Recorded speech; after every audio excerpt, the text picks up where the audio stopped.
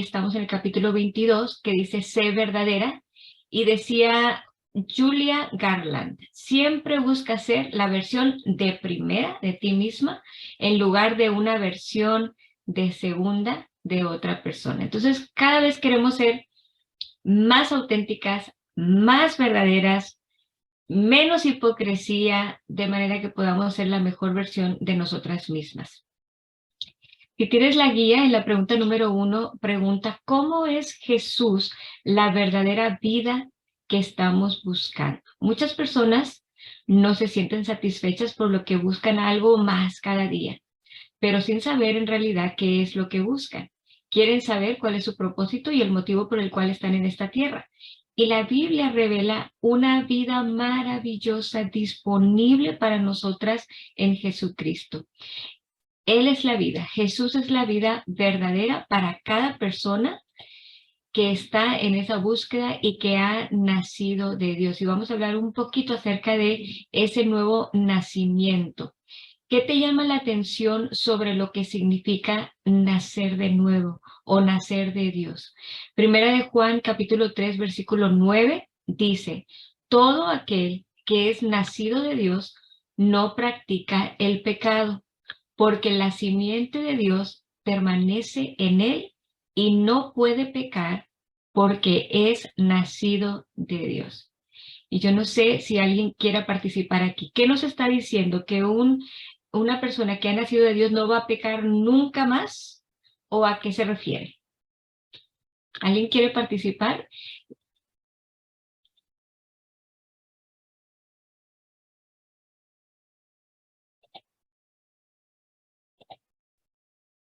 Porque hay una palabra que es clave en ese versículo. Lo voy a volver a leer y dice, todo aquel que es nacido de Dios no practica el pecado. Sí. En otras palabras, que está hablando de que el pecado no se vuelve un hábito. Nosotros podemos fallar, podemos arrepentirnos, que quiere decir, doy ese giro completo en el que ya no voy a hacer aquello por lo que me he arrepentido y camino y sigo caminando en Dios. Pero practicar el pecado significa que lo que hice hoy me arrepiento y lo vuelvo a hacer y lo vuelvo a hacer y lo vuelvo a hacer y lo vuelvo a hacer y lo vuelvo a hacer. Entonces, eso es lo que está diciendo. Una persona nacida de Dios no practica el pecado. ¿Por qué? Porque la simiente de Dios permanece en él y no puede pecar porque es nacido de Dios. Cuando nacemos de Dios, aceptamos a Cristo en nuestro corazón, experimentamos una vida nueva, una vida real, una vida en la que sabemos que nacimos para disfrutar de Dios, para tener una relación hermosa con Él y para servir a Dios, para servir a sus propósitos. Y en Él, en esta aventura, nosotros nos podemos sentir plenos, completos y satisfechos. Así como decía Efesios cuando leíamos acerca de ser llena del Espíritu Santo en el capítulo 20, hablaba de que Él quiere llenarnos de la plenitud de Dios. Y esta vida en Cristo es una vida que experimentamos día a día, confiamos en Él día tras día. Y esa confianza es la que hace que Él sea real para nosotras y que Él sea nuestro todo. Ahí en la pregunta número 3 dice, según Hechos 17:28, ¿qué hace que Jesús sea más importante para nosotras que alguien a quien leemos y admiramos? Hechos 17:28 dice, porque en Él vivimos y nos movemos y somos. Todo es en Él vivimos, en Él nos movemos, en Él somos. Como algunos de vuestros propios poetas también han dicho, porque el linaje suyo somos.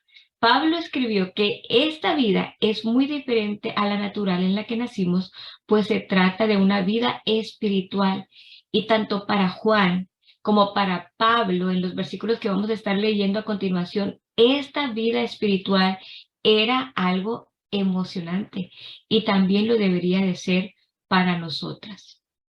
La pregunta 4 es una pregunta y dice, ¿qué advirtió Jesús acerca de los falsos cristianos en Mateo capítulo 7, versículos 22 al 23? Y vamos a leerlo, yo lo voy a leer en la Nueva Traducción Viviente y dice así, el día del juicio muchos me dirán, Señor, Señor, profetizamos en tu nombre, expulsamos demonios en tu nombre, hicimos muchos milagros en tu nombre.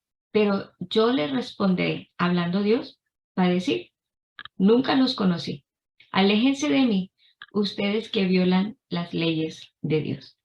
¿Por qué? Porque existen cristianos falsos y cristianos verdaderos. Y nosotros podemos aprender a discernir la diferencia entre los falsos y los verdaderos. Los cristianos falsos pueden hacer buenas obras, pero cuando enfrenten el juicio final, serán rechazados, tal como leíamos ahorita en Mateo capítulo 7, versículo 23, cuando Jesús les dijo, nunca los conocí, y van a quedar sorprendidos. ¿Qué tipo de obras te imaginas tú que hacían estos falsos cristianos que Dios va a decir, nunca te conocí? Pues él estaba diciendo ahí, son profetas que dice que profetizaban, personas que expulsaban demonios, personas que hacían milagros en nombre del Señor, personas que a lo mejor podían habernos sorprendido demasiado a nosotros aquí en la tierra, pero a Dios no. A Dios no lo engañaron. Y recuerdo que en alguna ocasión cuando yo estaba bien jovencita, en un evento vi un drama en el que creo que ya se los había comentado alguna vez, estaba dramatizando una cristiana, una mujer cristiana que estaba adorando a Dios y la forma como lo estaba adorando tan majestuosamente, hermosamente, pues dejaba bien sorprendidos a todos de la intimidad y de la profundidad y del amor que le expresaba al Señor. El Señor en ese drama estaba volteado y ella lo estaba reverenciando y adorando. Y cuando ella termina todo esto que fue muy bonito, muy hermoso, muy impactante, se da la vuelta el que estaba representando a Dios y lo que le dice es, ¿quién eres? En otras palabras, no la conocía, como lo que leíamos ahorita.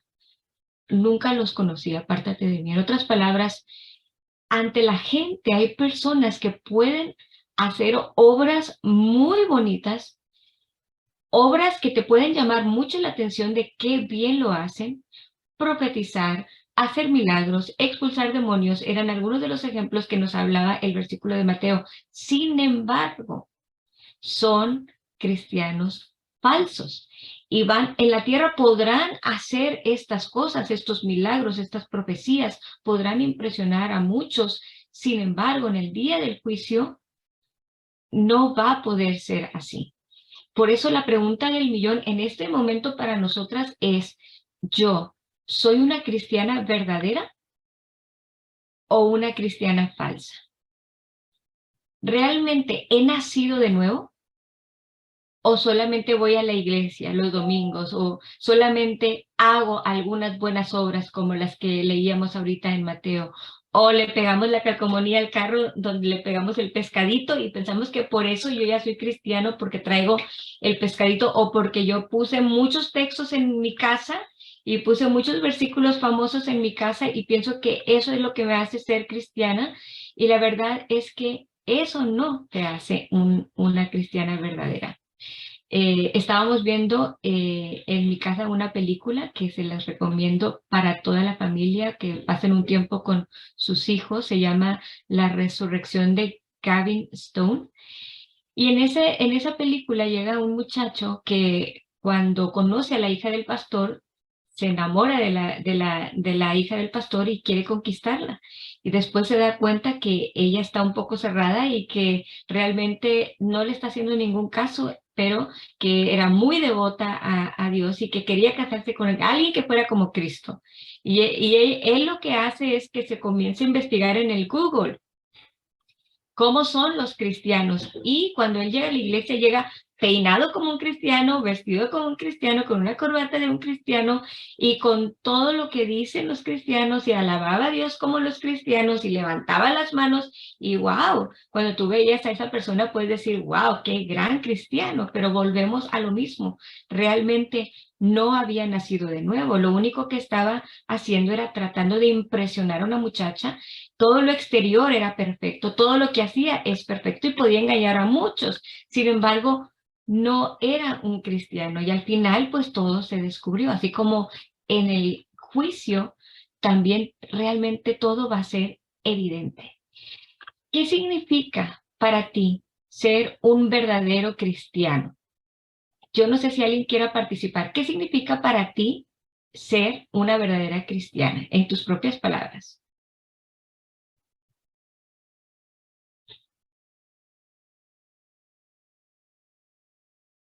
Pienso que es caminar con Cristo.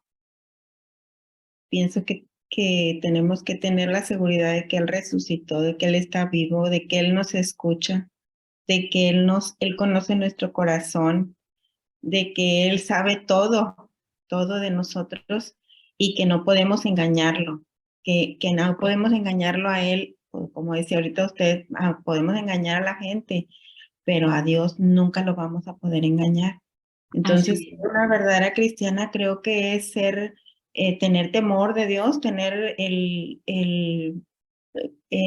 temor de Dios, mostrar el amor de Dios también a nuestros semejantes y pues hacer lo correcto, ¿verdad?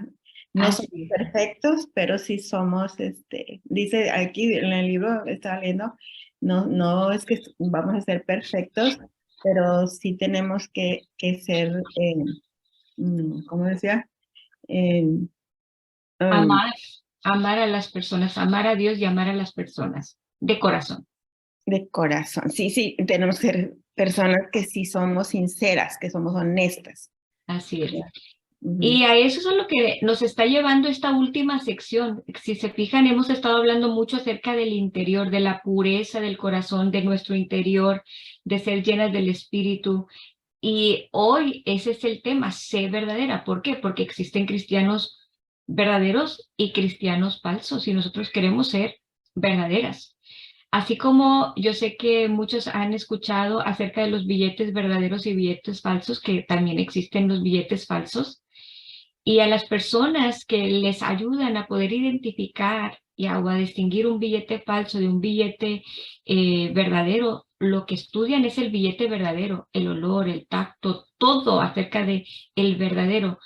Eso es lo que vamos a hacer nosotros ahorita. Vamos a aprender cómo identificar el cristiano verdadero y fortalecernos en la palabra de Dios.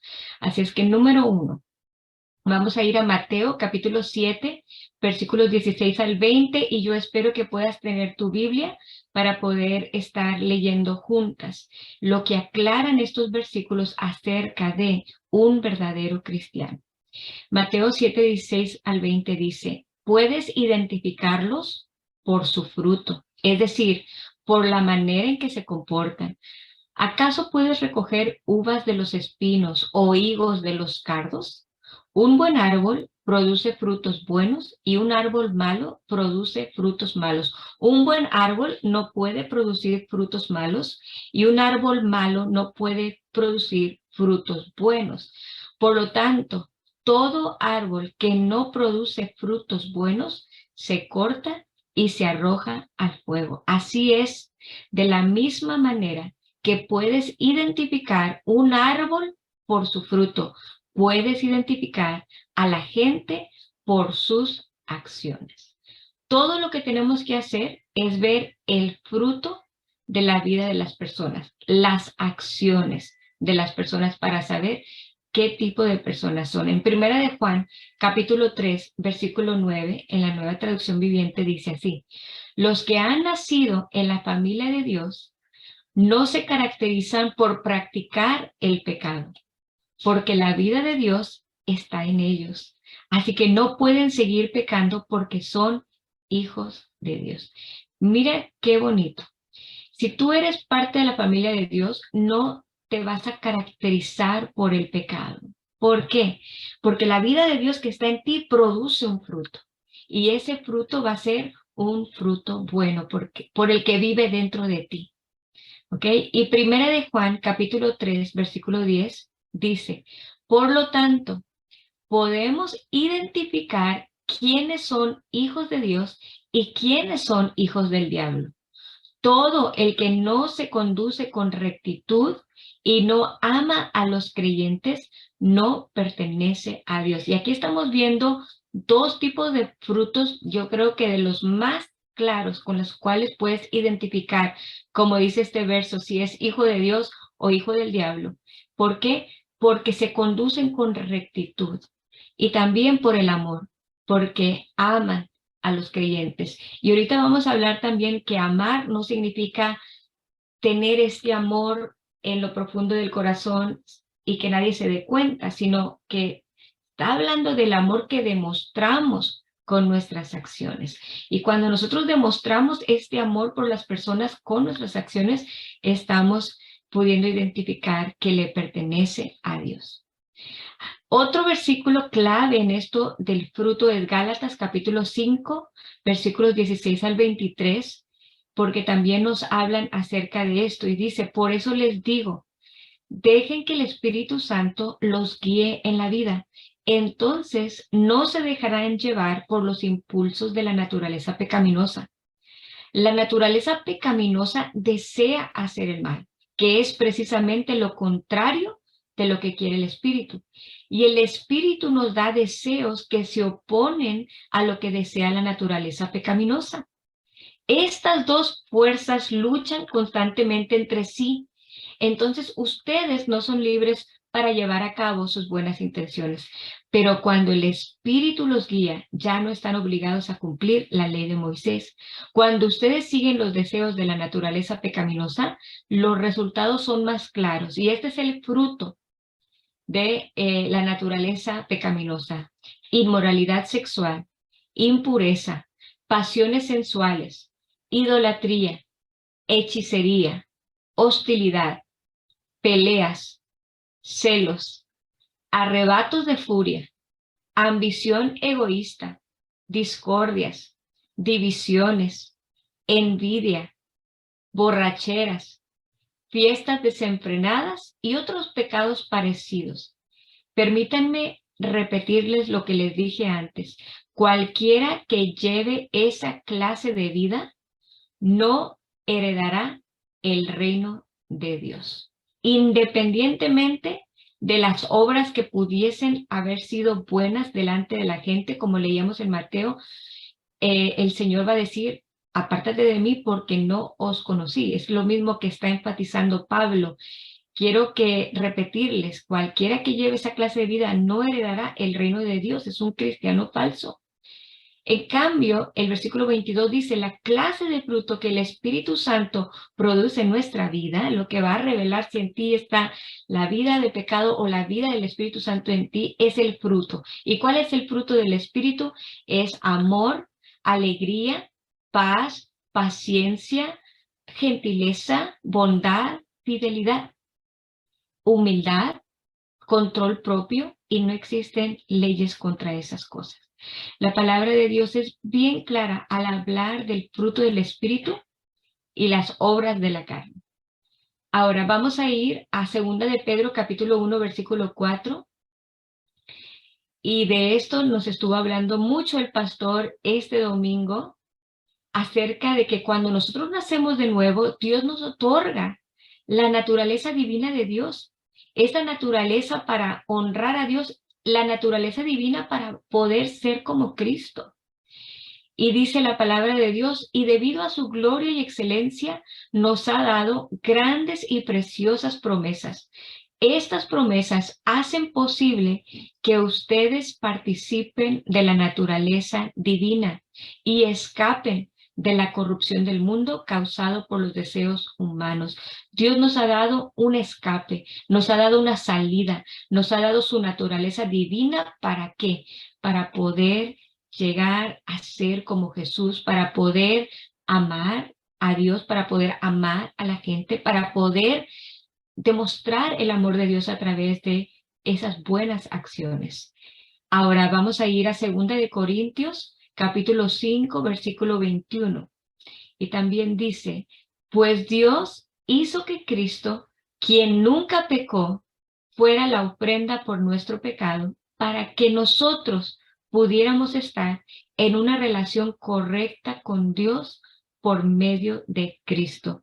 En otras palabras, Cristo hizo el sacrificio perfecto en la cruz para poder darnos a nosotros la oportunidad de ser cristianos verdaderos con relaciones auténticas con Dios por medio de su sacrificio, lo que Él hizo.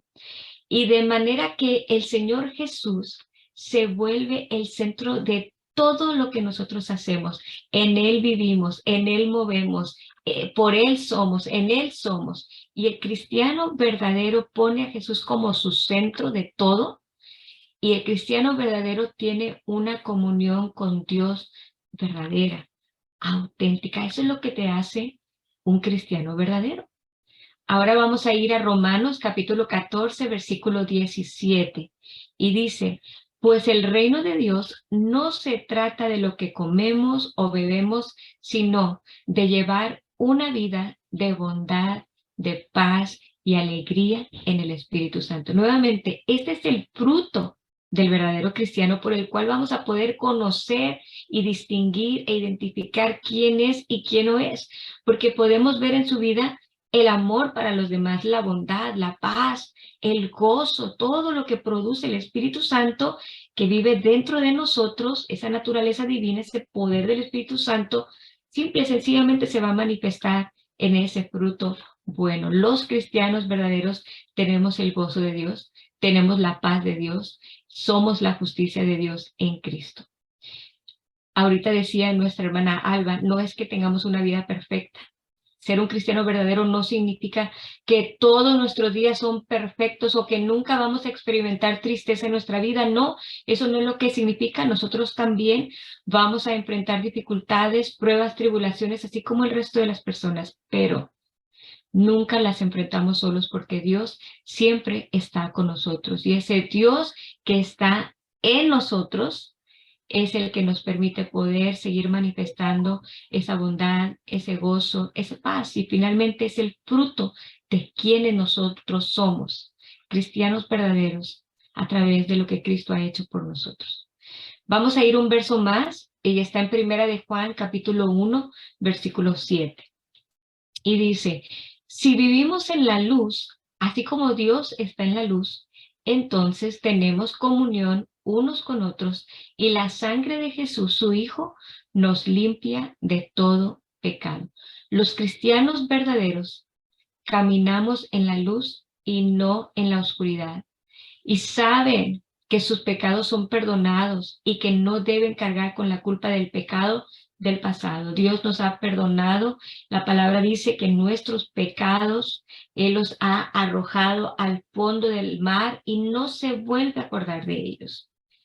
Pero aquí estamos hablando de que cuando somos hijos de Dios no practicamos el pecado. ¿Por qué? Porque Dios nos ha hecho libres del pecado. Cuando Él resucitó de la muerte, cuando Él salió de esa tumba, Él venció el poder del pecado. De manera que ahora nosotros podemos vivir libres del poder del pecado. Esa es una de las victorias que Él conquistó para nosotros. Él derrotó el pecado, Él conquistó el pecado. Ya no hay ese poder sobre nosotros. El pecado no tiene ese poder sobre nosotros. Hemos sido libres. Y esa sangre de Cristo nos lava y nos limpia de todo ese pecado. Ahí en Mateo capítulo 28, versículo 20, también dice, enseñen a los nuevos discípulos a obedecer todos los mandatos que les he dado y tengan por seguro esto, que estoy con ustedes siempre hasta el fin de los tiempos. Y este es un llamado a la obediencia a sus mandamientos. Y hoy vamos a hablar acerca de los dos mandamientos más importantes en el que nos podemos concentrar, ¿ok? De manera que nosotros podamos ser esos hijos auténticos de Dios, hijos verdaderos de Dios. No a medias, como hay personas que tienen un pie adentro de la iglesia y un pie en el mundo. Entonces están en término medio. ¿Ustedes han visto alguna vez un billete mitad verdadero y mitad falso? ¿Verdad que automáticamente lo va a hacer un billete falso? Lo mismo sucede con los cristianos que tienen un pie adentro y un pie afuera, y que no se han decidido realmente, ese es un cristiano falso. ¿Por qué? Porque no existe un término medio. No hay un término medio. Pues yo estoy ahí más o menos, no. O eres o no eres. O estás dentro o simplemente no estás. ¿Ok? Eso es bien importante saber, que la Biblia nos exhorta a no ser tibios,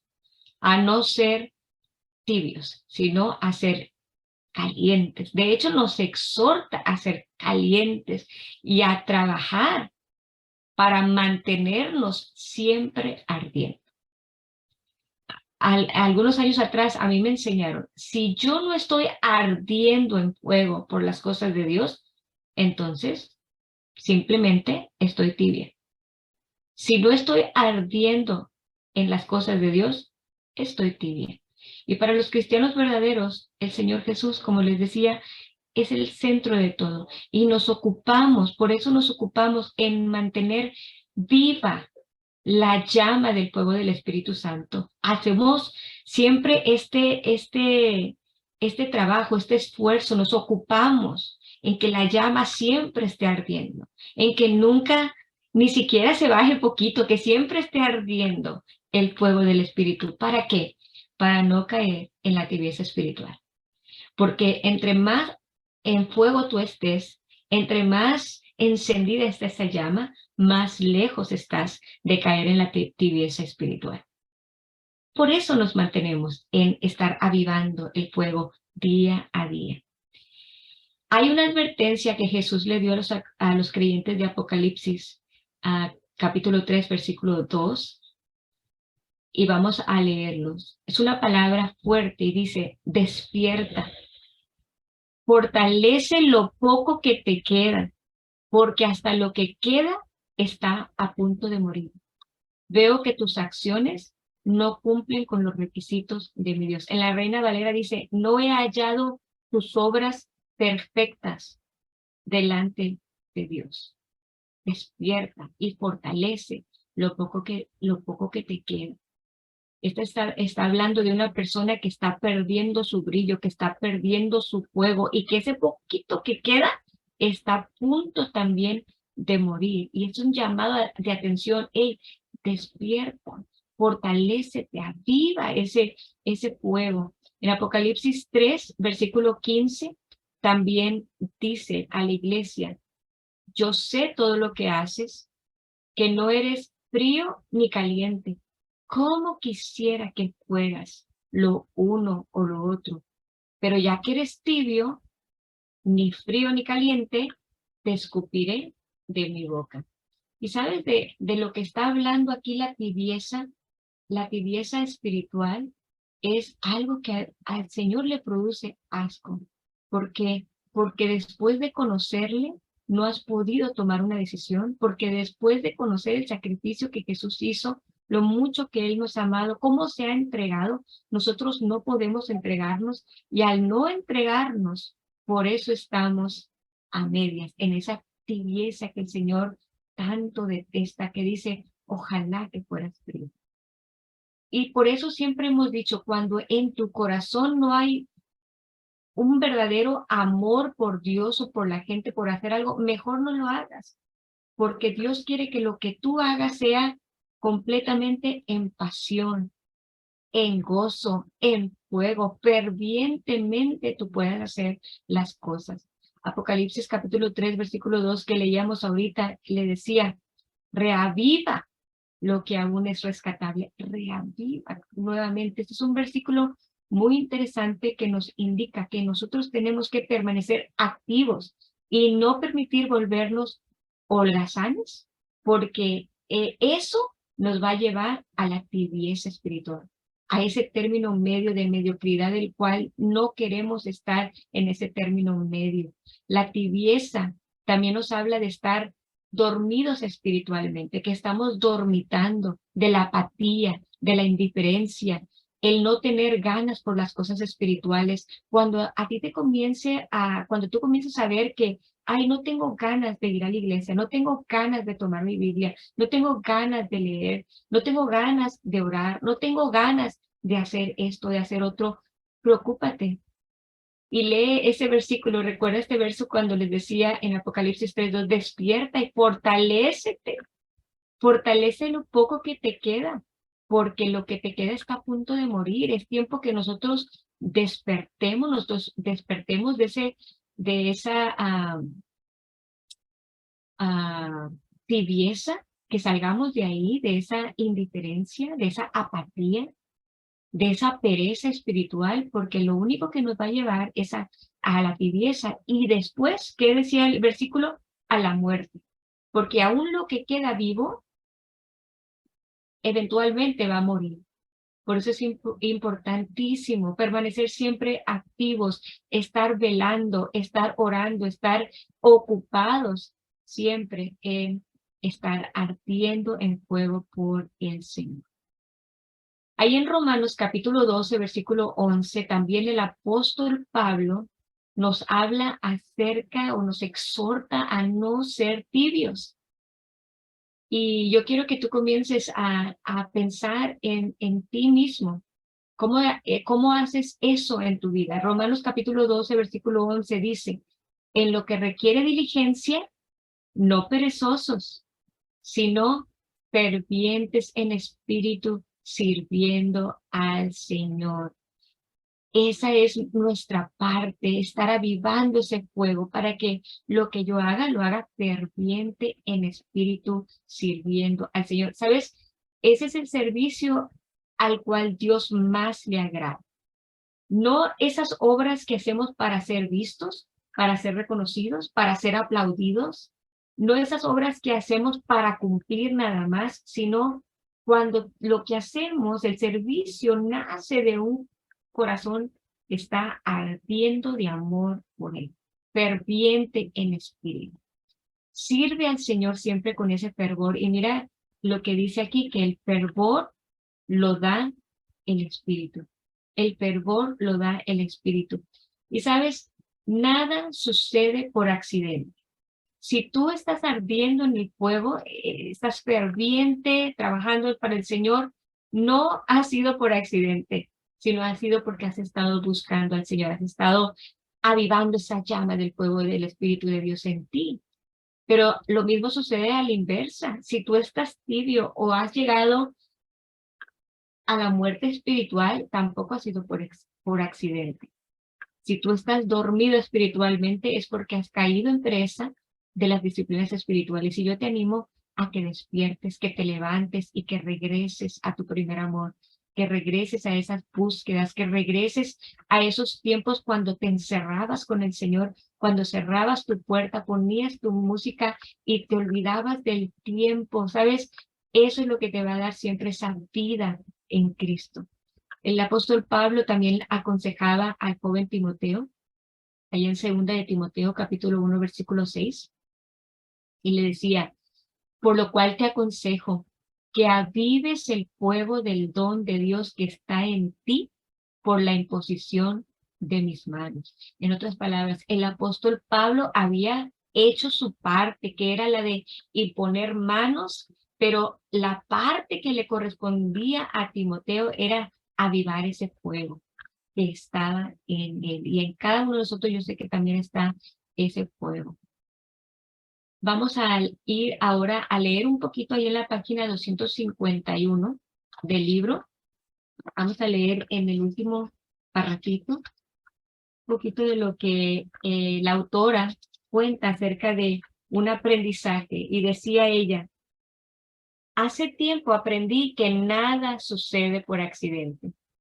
Para ser un cristiano verdadero con mucho fruto, necesitaré mantener viva la llama por Dios y su propósito en mi vida. No puedo permitir convertirme en un holgazán o alguien indiferente. No hacemos buenas obras para ganar la salvación porque este es un regalo de la gracia de Dios, la cual recibimos por medio de la fe. Hacemos buenas obras porque somos salvos, por lo que Dios ha hecho por nosotros en Jesucristo y porque lo amamos. Estas son las razones correctas por las cuales debemos hacer todo lo que hacemos. en gratitud por lo que el Señor ha hecho por nosotros y porque simplemente lo amamos. Dice, hacemos buenas obras porque hacerlas es parte de nuestra naturaleza, hablando de la naturaleza divina que Dios nos ha dado para ser como Él. Y hablemos ahora acerca de la evidencia. La evidencia es el fruto. Y dice también, el carácter de un cristiano falso o inmaduro es evidente en muchas formas. Y así de esta manera vamos a estar pasando a la tercera parte que dice pon tu autenticidad en acción.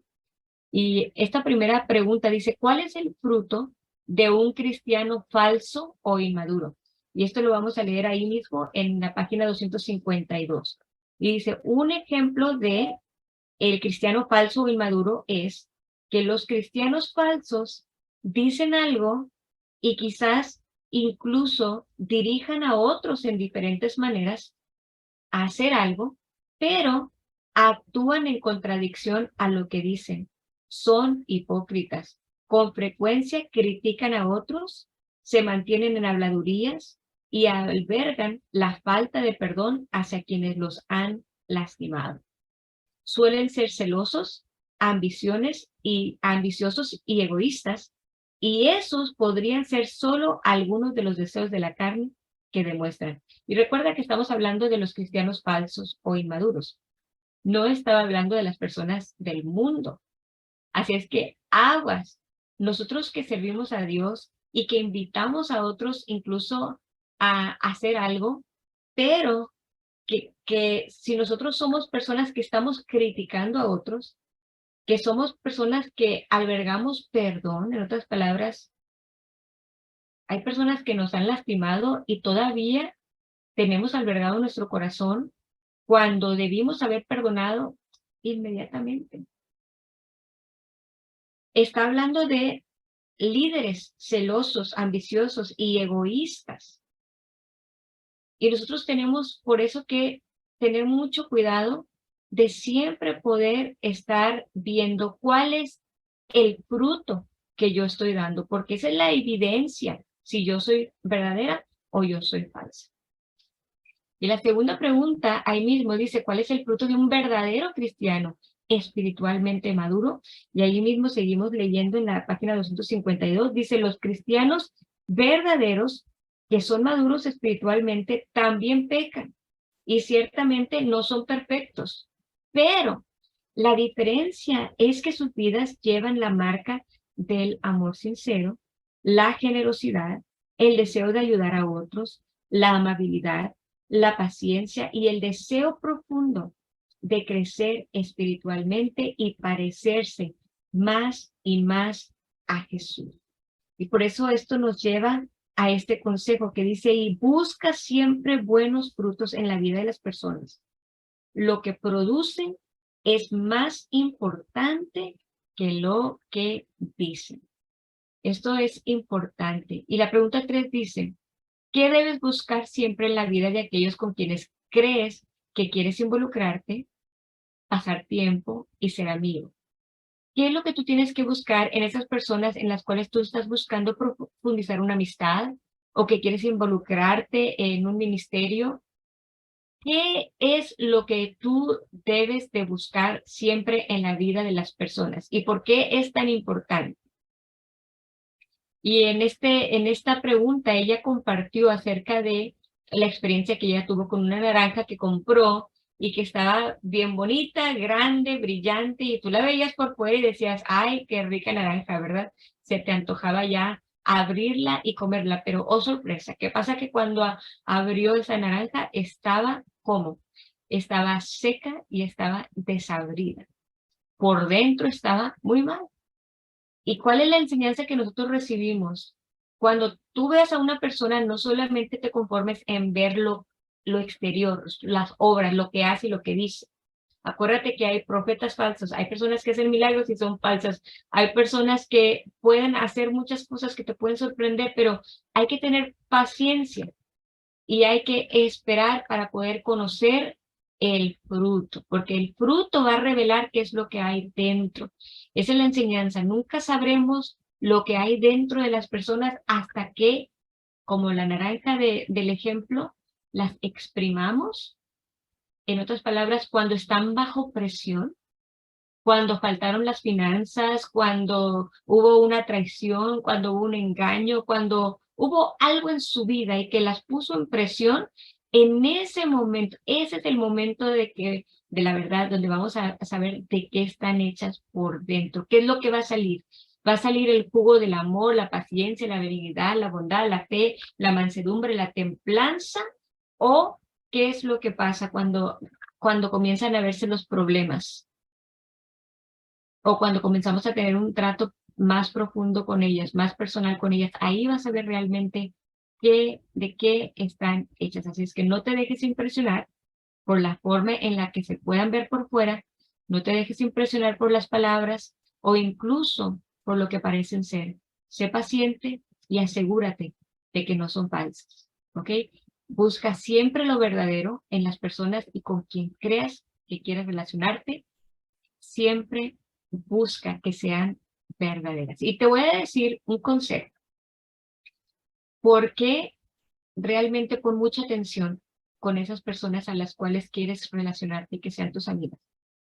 Porque tú siempre debes buscar alinearte con personas correctas, con el fruto correcto, para que tú puedas producir el mejor fruto.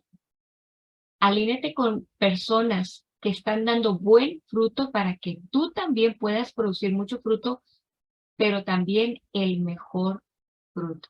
Por eso tienes que buscar muy bien tus amistades. ¿Okay? Vamos a pasar al punto número 4. Para ser auténtico, ¿cómo debe ser tu amor?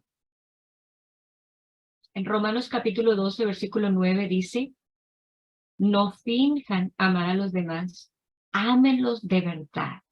Está hablando un amor auténtico. Aborrezcan lo malo y aférrense a lo bueno. Nuestro amor debe ser verdadero, sincero y sin hipocresía. Y el amor verdadero y honesto siempre busca ayudar o bendecir a otros. No está buscando en lo secreto del corazón ni el aplauso, ni el reconocimiento, ni la admiración. Esto es importante también ver. Hay personas que siempre están buscando qué voy a sacar de ventaja, o que está buscando en lo secreto de su corazón, está buscando reconocimiento, ser aplaudido.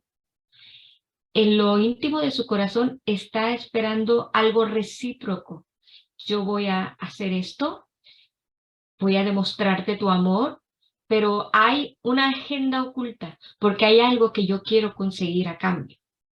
Y esto no debe de ser así, porque Jesús siempre nos enseñó a amar incondicionalmente. En otras palabras, yo me doy y yo me entrego sin buscar algo a cambio. Esa es la forma como nosotros tenemos que entregarnos, con generosidad y sin buscar, sin estar buscando ni el aplauso, ni el reconocimiento, ni algo a cambio tampoco. Número 5. ¿Cómo prioriza Mateo capítulo 22, del 37 al 40, el andar en amor? ¿Y cómo puedes hacer que tu amor por los demás sea práctico? Vamos a leer qué dice Mateo 22, 37. Está hablando Jesús y dijo, ama al Señor tu Dios con todo tu corazón, con toda tu alma y con toda tu mente. Este es el primer mandamiento y el más importante. ¿Ok? Y después dice, hay un segundo mandamiento que es igualmente importante. Ama a tu prójimo como a ti mismo. Toda la ley y las exigencias de los profetas se basan en estos dos mandamientos. Los dos mandamientos del amor, amar a Dios y amar al prójimo. Jesús dice que amar a Dios y amar a las personas como a nosotros mismos es el mandamiento principal que nos da. También en Marcos capítulo 12, versículo 29, también nos dice, el mandamiento más importante es, escucha, oh Israel, el Señor nuestro Dios es el único Señor. Ama al Señor tu Dios con todo tu corazón, con toda tu alma, con toda tu mente y con todas tus fuerzas.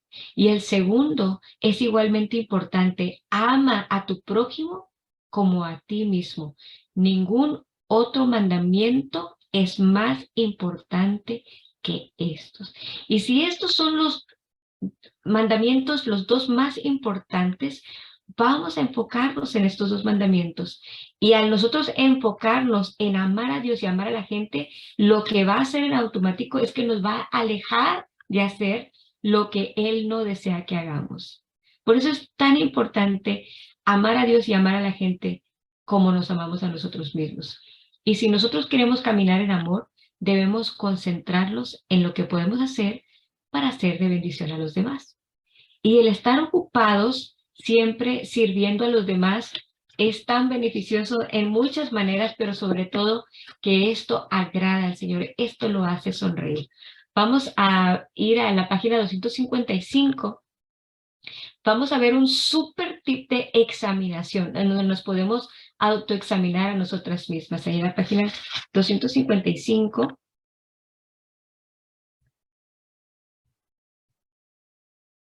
En el primer parrafito dice, una de las facetas más brillantes del amor es que siempre otorga perdón sin demora. Somos prontos para perdonar. ¿Me ofendiste? Ok, ya estoy trabajando, ya estoy entregándole al Señor esta falta, ya estoy pidiéndole al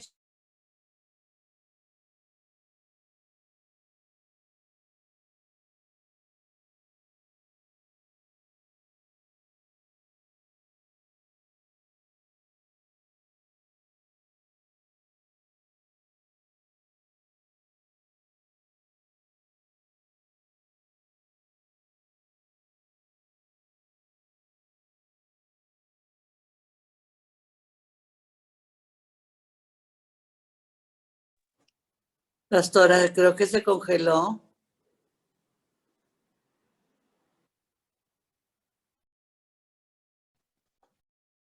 Se le fue el audio.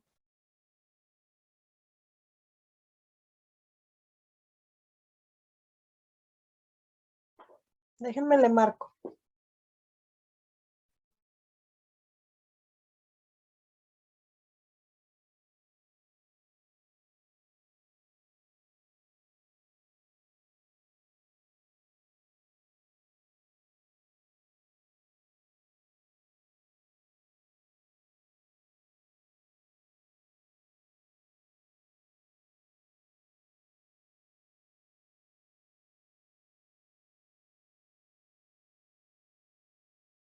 A ver, creo que ya regresamos. ¿Ya me escuchan? Ok. Sí, ¿Quién ahí ya está. sabe qué fue lo que pasó? No sé qué fue lo que pasó, pero de repente, simple y sencillamente, dejamos de transmitir. Pero bueno, estábamos leyendo ahí en la página 255 que dice, una de las facetas más brillantes del amor es que siempre otorga perdón sin demora. Una buena iniciativa es examinar nuestro corazón todos los días y preguntarnos si tenemos algo en contra de alguien. Y si es así, debemos perdonarlo, teniendo en mente la frecuencia con la que Dios nos perdona. Y yo sé que decir esto es muy fácil, pero cuando nos han ofendido y que tenemos esa ofensa en nuestro corazón, no es fácil. Por eso es una práctica que nos va a ayudar mucho a poder estar bien con Dios. Y es una buena iniciativa examinarnos todos los días, porque mira, todos los días nos están ofendiendo. Por todas partes viene la ofensa. Y nosotras tenemos que aprender a ser prontas en perdonar, a perdonar sin demora, a no permitir que ese enojo encuentre un lugar en nuestro corazón, a no permitir que brote una raíz de amargura en nuestro corazón. Tenemos que estar protegiendo nuestro corazón y esto nos va a ayudar a nosotras, más que a nadie, nos va a ayudar a nosotras. Así es que ese es una muy buen tip de estarnos examinándonos cada día. ¿Hay algo que yo siento en contra de cualquier persona, Señor? Revélamelo. Revélamelo para arrepentirme, para pedirte perdón, porque quiero estar limpia de corazón, y esto nos va a ayudar mucho. Vamos a hablar un poco acerca del amor. ¿Cómo es que se reconoce este amor que tanto estamos buscando en nuestras vidas? Ahí en el libro está 1 Corintios capítulo 13, y ese es el fruto que el amor debe dar en nuestras vidas. Y dice ahí, el amor es paciente, es bondadoso, el amor no es envidioso, ni jactancioso, ni orgulloso, no se comporta con rudeza, no es egoísta, no se enoja fácilmente, no guarda rencor. El amor no se deleita en la maldad, sino que se regocija en la verdad. Todo lo disculpa, todo lo cree, todo lo espera, todo lo soporta. El amor jamás se extingue. Ahora pues permanecen estas tres virtudes, la fe, la esperanza y el amor, pero la más excelente de ellas es el amor. Y wow, cada vez que leemos 1 Corintios 13, cuando hablamos de todo lo que es el amor, todo lo disculpa, todo lo cree, todo lo espera, todo lo soporta, yo creo que nos habla acerca de que, wow, tenemos mucho en qué enfocarnos en el área del amor para manifestarlo más en nuestra vida, en nuestro diario vivir, manifestar más este amor para que podamos ser estas cristianas verdaderas. Pablo ahí nos estaba enseñando a reconocer el amor y explicando, este es el fruto del amor, cada una de estas cosas. Así es que vamos a estar orando para que sea el Señor ayudándonos a poder ser esas cristianas verdaderas que demostramos y manifestamos este tipo de amor todos los días. Y ahora la prueba, muy personal, en una escala del 1 al 10, siendo 1 como la naranja seca e insípida, o siendo el número 10 jugosa y suntuosa. ¿Cómo calificas el fruto del amor en tu vida? Después de haber leído 1 Corintios capítulo 13 de todo lo que es el amor, cómo es el amor, todo lo que hace el amor, ¿cómo te calificarías tú del 1 al 10? Esa es la primera pregunta, así es que contéstalo nada más a ti mismo. Y la segunda pregunta es más esperanzadora. ¿Dónde te gustaría mejorar más tu amor? ¿Dónde te gustaría mejorar más tu amor? Yo no sé cuántas de ustedes quieren verdaderamente crecer en este fruto del amor, crecer día tras día, amar a Dios cada día más, amar a las personas cada día más. Finalmente este es el mandamiento más importante que nos dejó el Señor. Pero recuerda lo que habíamos dicho, nada sucede por accidente. Si yo quiero dar mucho de este fruto, del fruto del amor, yo tengo que ser intencional en estudiar las Escrituras acerca de cómo amar a las demás personas. Y este libro nos ha regalado una joya ahí en el apéndice B, casi al finalizar el libro. Yo no sé si ustedes ya lo ubicaron, pero viene siendo la página 299 al final del libro. Es una joya este apéndice B porque dice 50 escrituras que te empoderan para amar a los demás. En otras palabras, si yo quiero ser empoderada para cargar más de este fruto que es el amor, quiero aprender a amar a los demás, quiero empaparme de cada una de esas escrituras. Vamos a estar leyendo los 50 versículos. Así es que a mí me gustaría que de tarea me digas cuál es el versículo que más te ha bendecido o ayudado en esta cuestión para crecer en amar a las demás. Que dices, este versículo realmente me ha empoderado para amar a los demás.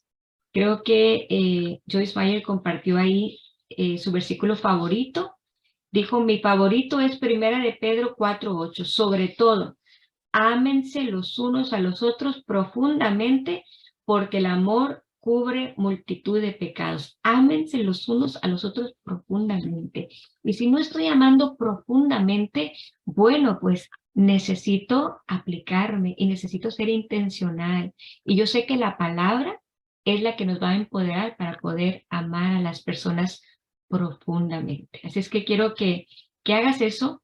Lee algunos de los versículos que están ahí y comparte aquí en el grupo de las chicas auténticas cuál es el que más te ha bendecido, más te ha empoderado, más te ha ayudado. La pregunta 8 dice, ¿cuál es la única forma en que podemos seguir amando a los demás? Y la única forma en que podemos amar a los demás es recibiendo el amor de Dios para nosotras mismas primero. Yo tengo que estar llena del amor de Dios para poder impartirlo a los demás, para poder ser un instrumento o un canal de bendición en el que el amor de Dios se pueda haber manifestado a otras personas a través de la mía, porque he sido llena del amor de Dios, he recibido el amor de Dios. Y para esto también nosotros tenemos que crecer. Por eso, si tú te fijas, antes de el apéndice B está el apéndice A, y ahí hay 50 escrituras que afirman el amor de Dios por ti. Si tú todavía no puedes amar profundamente a las demás, no puedes perdonar con facilidad, etcétera, a lo mejor te falta empaparte más del amor de Dios por ti. Ese amor que te perdona a ti día a día, ese amor que es incansable hacia ti, empaparte de ese amor para que después tú puedas amar a los demás. Así es que cada día, esa sería tu tarea. Trae a tu mente cuánto Dios te ama. Estudia las escrituras. Ahí en ese apéndice A ya tienes una lista para leer específicamente los versículos que hablan del gran amor de Dios por ti. Escrituras que afirman el amor de Dios por ti.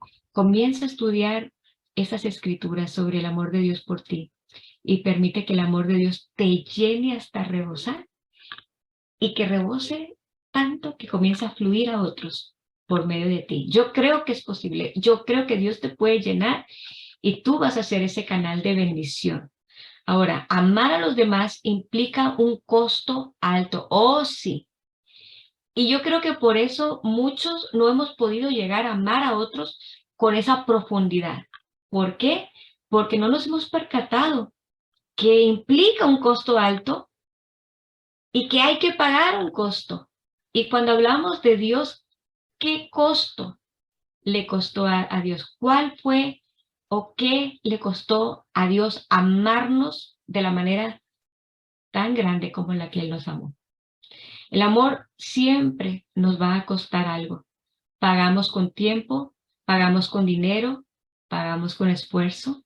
El amor de Dios tenía un precio tan elevado porque a Él mismo le costó, yo sé que ya lo sabes, la vida de su único hijo. Ese fue el costo que Dios pagó para amarnos. Y desde ahí tenemos que entender, a mí también me va a costar algo amar de esta manera. ¿Por qué? Porque Jesús también pagó un precio muy elevado. Jesús sufrió porque nos ama y nosotros deberíamos también estar dispuestos a sufrir o a ser generosos en mostrar amor a otros. Jesús dijo ahí en Juan 10:11, yo soy el buen pastor y el buen pastor está dispuesto a morir por sus ovejas. Ese es el costo tan alto de amor que pagó Jesús. Y la pregunta para nosotros es, ¿qué precio debemos nosotras estar dispuestas a pagar para amar a otras personas, para que puedan experimentar el amor de Dios? ¿Cuál es el precio que nosotros tenemos también que pagar? El precio que sea necesario. Jesús dijo, no hay amor más grande que el dar la vida por los amigos. Y no solamente lo dijo de palabras, no fue únicamente en palabras, sino en hechos. Ahí en Juan capítulo 15, en el versículo 13, mira qué bonito. Dijo, no hay un amor más grande que el dar la vida por los amigos. Ustedes son mis amigos si hacen lo que yo los mando. Ya no los llamo esclavos porque el amo no confía sus asuntos a los esclavos. Ustedes ahora son mis amigos porque les he contado todo lo que el Padre me dijo. Ustedes no me eligieron a mí, yo los elegí a ustedes. Les encargué que vayan y produzcan frutos duraderos. Así el Padre les dará todo lo que pidan en mi nombre. Este es mi mandato. Ámense unos a otros. Y esta ha sido la palabra de esta tarde. Ámense los unos a los otros con el amor genuino de Dios. Con ese amor que recibimos de Dios es con lo que vamos a amar a las demás personas. Y hemos aprendido, vamos a pagar un costo y quizás ese costo va a ser alto, pero no hay forma de amar si no queremos pagar ese costo. Un cristiano falso puede hablar palabras de amor, pero 1 Juan capítulo 3, versículo 18, define el amor de un cristiano verdadero. ¿Y qué es lo que dice? Queridos hijos, que nuestro amor no quede solo en palabras, mostremos la verdad por medio de nuestras acciones. Y ahí es donde nosotros vamos a pagar ese precio por accionar y demostrar el amor, cueste lo que cueste. ¿Por qué? Porque el amor de un verdadero cristiano debe de ser de hecho y en verdad. Y la última pregunta de hoy es la pregunta de los 5 millones. ¿Dejarás que Dios ame a alguien a través de ti? ¿Dejarás que Dios ame a alguien que está muy necesitado de amor a través de ti? Y ahí te animaba para que escribieras una oración ahí en tu diario y le pides a Dios que traiga a alguien a tu mente o a tu atención, o quizás esa persona que ya el Espíritu Santo ha puesto en tu mente. Él quiere que tú la puedas amar, porque Dios quiere amar a esa persona a través de ti. Yo quiero que tú puedas comprometerte a estar dispuesta a pagar el costo. Y a decirle, Señor, no había entendido que había un costo alto que pagar, pero estoy dispuesta. Y sabes, Dios desea traer ese amor que está en el cielo, que está en el reino de Dios, aquí a la tierra. Pero todo aquello que está en el reino del cielo, en el reino de los cielos, ha de venir a través de instrumentos, de canales que somos nosotros, sus hijos. Va a tener que ser a través de hijos dispuestos a pagar el precio, a amar. Y Dios quiere mostrar su amor a través de ti a la humanidad. Y siempre me gusta terminar leyendo el último párrafo de conclusión. Y dice, si nos enfocamos en amar a Dios y amar a los demás, seremos felices.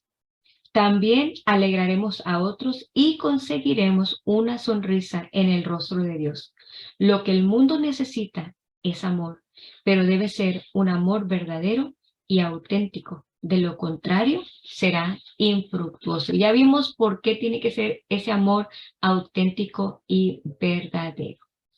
Si es que este ha sido el tema del día de hoy y mi deseo es que lo podamos poner en práctica, que nos volvamos mujeres intencionales en cargar mucho fruto, el fruto del amor.